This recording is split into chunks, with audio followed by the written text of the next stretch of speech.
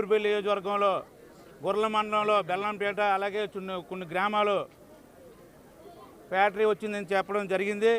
కూటమి ప్రభుత్వంలో తప్పులు జరిగిన పవన్ కళ్యాణ్ గారు ప్రశ్నించమని చెప్పారు.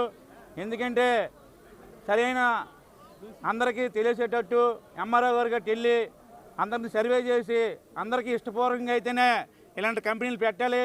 అలాంటప్పుడు ఏదైనా ఇచ్చేటప్పుడు ప్రభుత్వానికి ఇచ్చినప్పుడు మనం ఏదైనా ఉండాలంటే గవర్నమెంట్ ప్లేస్లు ఎక్కడుంటే అక్కడ ఇవ్వాలి తప్ప పంటలు పండే భూములు ఇవ్వడానికి లేదని.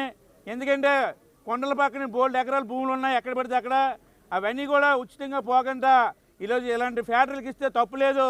ఎందుకంటే ఈరోజు రైతు కోసం అనేసి కూటమి ప్రభుత్వం ప్రతి సంక్షేమ పథకాలు కానీ అన్నీ కూడా ఇస్తుంది.